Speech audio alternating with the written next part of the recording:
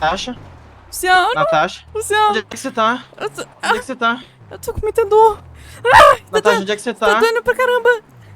Natasha, Luciano! Natasha, Natasha, onde é que você Luciano, eu tá? matei ela, eu matei ela. Ai, tá doendo, tá Quem doendo. você...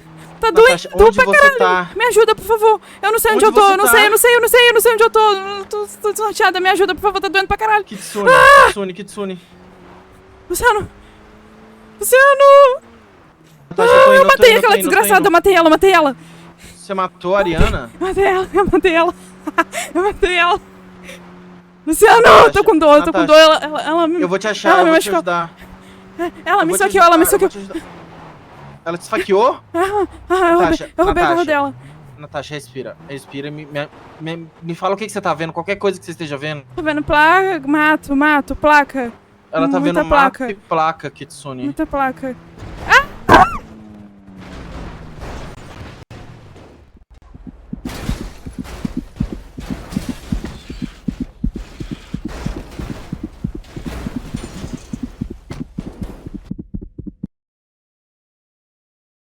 Dizem que nos últimos instantes de vida o cérebro monta o filme da nossa própria história.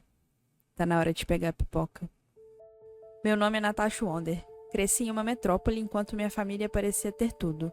Uma bela casa, uma vida confortável e um negócio de sucesso.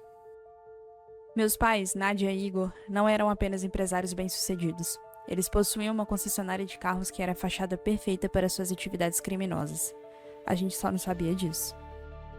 Para mim e meus irmãos, a nossa vida parecia quase perfeita. Mas tudo mudou quando eu e Rafael, meu irmão gêmeo, tínhamos 16 anos. Foi em uma noite estrelada que a nossa vida deu uma reviravolta. Acordamos com as sirenes da polícia e o brilho das luzes vermelhas e azuis. A Operação Rota Purgátil havia caído sobre nós, prendendo nossos pais e confiscando todos os nossos bens. Assistimos impotentes enquanto Nadia e Igor eram levados algemados. O olhar impassível da minha mãe, mesmo naquele momento de captura, me assombra até hoje. Com isso, fomos colocados sob a tutela do nosso tio Augusto, o que, dadas as circunstâncias, parecia ser bom, pois Luciano e Isabelle se distraíam brincando com Ariana, nossa prima, nos finais de semana em que ela ficava com o pai. Augusto passava a impressão de ser um homem honesto, mas logo descobrimos que nem tudo é o que parece. Durante os meses que se seguiram à prisão dos nossos pais, começamos a investigar suas atividades. Encontramos diários e registros que revelavam os esquemas criminosos que financiavam o nosso conforto. O choque maior veio quando descobrimos que alguém havia os traído. As evidências que encontramos apontavam para uma delação interna. Então, descobrimos a verdade. Augusto, o homem que deveria nos proteger, havia entregado nossos pais para a polícia. Nossa raiva se transformou em necessidade de vingança. Não podíamos permitir que Augusto saísse impune. Planejamos sua morte com cuidado, garantindo que tudo parecesse um trágico acidente. Augusto tinha um carro de luxo que ele adorava. Sabíamos que manipulando o veículo poderíamos transformá-lo em uma armadilha mortal.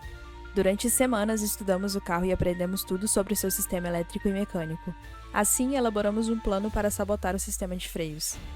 Em uma noite nublada, quando Augusto estava dormindo, Rafael e eu nos esgueiramos até a garagem e fizemos as modificações. Cortamos os cabos de freio e implantamos um dispositivo temporizador que atrasaria a falha até que Augusto estivesse em plena velocidade. Enquanto isso, Ícaro cuidava das câmeras para que não registrassem nada. Quando o canalha saiu dirigindo para o encontro de negócios, nós observamos de longe. No momento em que ele pegou a rodovia, nosso plano entrou em ação. Em uma velocidade de mais de 150 km por hora, Augusto percebeu que seus freios não respondiam. Em pânico, ele perdeu o controle do carro e colidiu violentamente contra a barreira de proteção e capotou. A cena foi brutal. O carro ficou irreconhecível e Augusto não teve a mínima chance de sobreviver.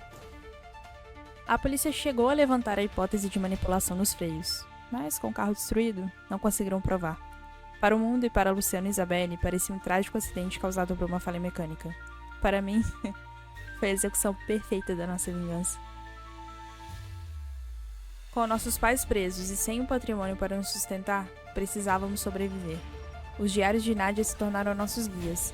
Eu e Rafael lideramos a incursão no submundo do crime, usando as conexões e os conhecimentos deixados por nossos pais. Luciano e Isabelle, embora protegidos de todo esse esquema no início, acabaram se juntando a nós eventualmente. Começamos com pequenos furtos e golpes, mas rapidamente escalamos nossas operações. Tudo mudou quando Rafael e eu fizemos 21 anos e ele desapareceu depois de viajar para a Cidade dos Anjos para encontrar Felicity, sua noiva e minha amiga. Decidida a encontrar meu irmão, viajei para a Cidade dos Anjos. Ali, tentei começar uma nova vida e iniciar minha busca sem alarde. Consegui um emprego na mecânica Bennis. Afinal, depois de aprender tanto sobre carros, era hora de usar o conhecimento para algo diferente. Com o passar do tempo, Petrucci, o gerente, se tornou um amigo próximo, praticamente um irmão. Também foi na Cidade dos Anjos que conheci Dona Maria, uma senhora que sempre estava pela mecânica para vender seus pães de queijo e coxinhas. Ela era uma senhora engraçada e, após um tempo, já me tratava como uma filha, me dando um senso de lar que eu havia perdido desde a prisão dos meus pais. Apesar dos meus esforços para seguir uma vida honesta, a verdade é que eu nunca consegui me afastar do mundo do crime.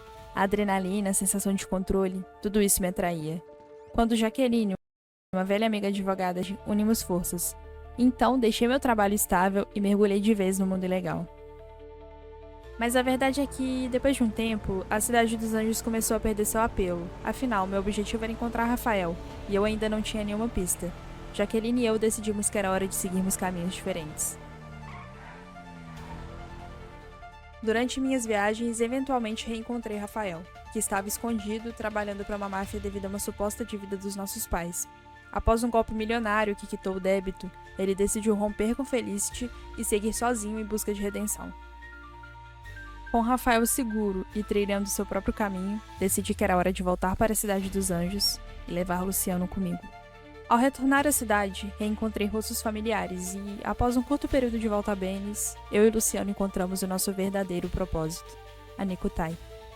Fazer parte da gangue foi como encontrar o que sempre nos faltou. Na Nekutai, descobrimos uma nova família, os laços que sempre buscamos em toda a nossa vida. Foi muito mais do que um trabalho, foi onde nossos sonhos encontraram um significado.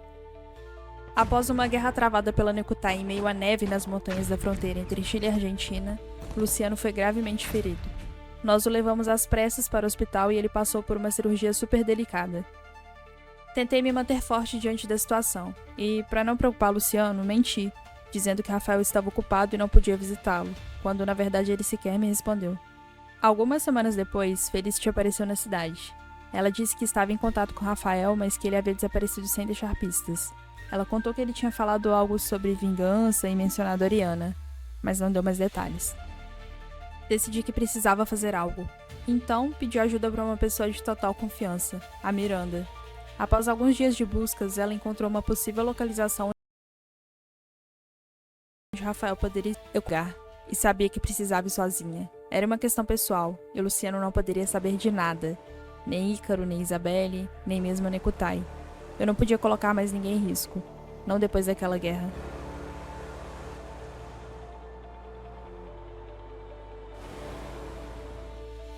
Fui até o local que Miranda havia encontrado. Uma casa que pertencia aos meus pais antes de perdermos tudo. Observei de longe por alguns dias e entendi que tratava-se de um grupo liderado por Ariana. Vi ela protegida por capangas, mas não tive nenhum sinal de Rafael. Comecei a perder a paciência e precisava chegar mais perto, me arriscar mais. Foi quando fui capturada. Me levaram para dentro da casa, onde finalmente encontrei Ariana. Ela estava diferente, mais imponente, e parecia ter herdado as habilidades do pai. Ariana sabia que nós éramos responsáveis pela morte de Augusto, mesmo que nunca houvesse provas suficientes. Sua sede por vingança era palpável, e pude sentir isso quando ela me deu o primeiro soco.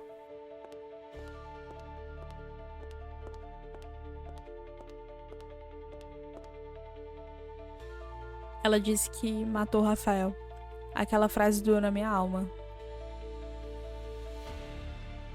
Ela prometeu que nos mataria um por um e que, para começar, me usaria como isca para pegar os outros. A Ariana tirou uma foto minha. Eu não sabia o que ela faria com aquilo, mas uma coisa era certa. Eu precisava reagir de alguma forma. Quando um dos capangas foi deixar comida no cativeiro, usei uma força que eu nem sabia que ainda tinha. Quando ele virou de costas, o nocauteei e vesti suas roupas.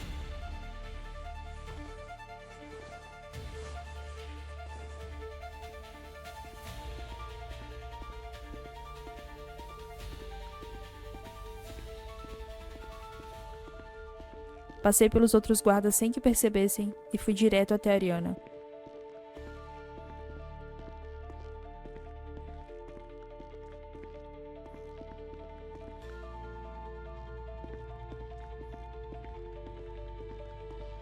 Apontei a arma na cara dela. A vontade de atirar estava me corroendo, mas eu precisava ser esperta. Usei um canivete para fazê-la sair dali comigo sem que percebessem.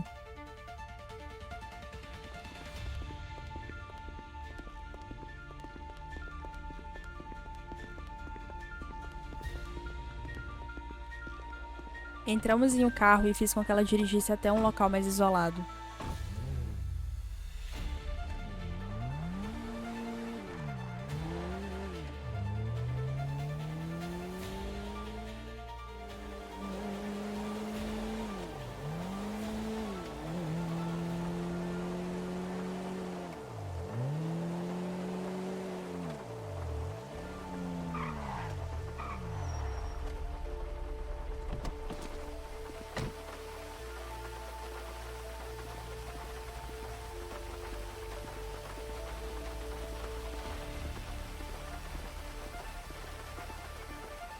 Perguntei novamente sobre Rafael e pude perceber deboche no tom de voz dela ao reafirmar sua morte.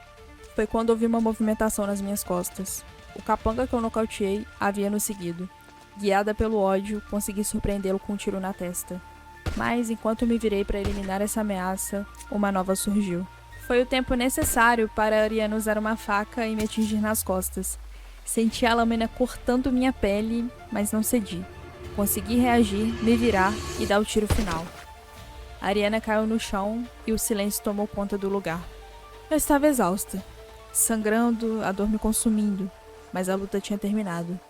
Com o último de meus esforços, peguei de volta meu celular e fui até o carro.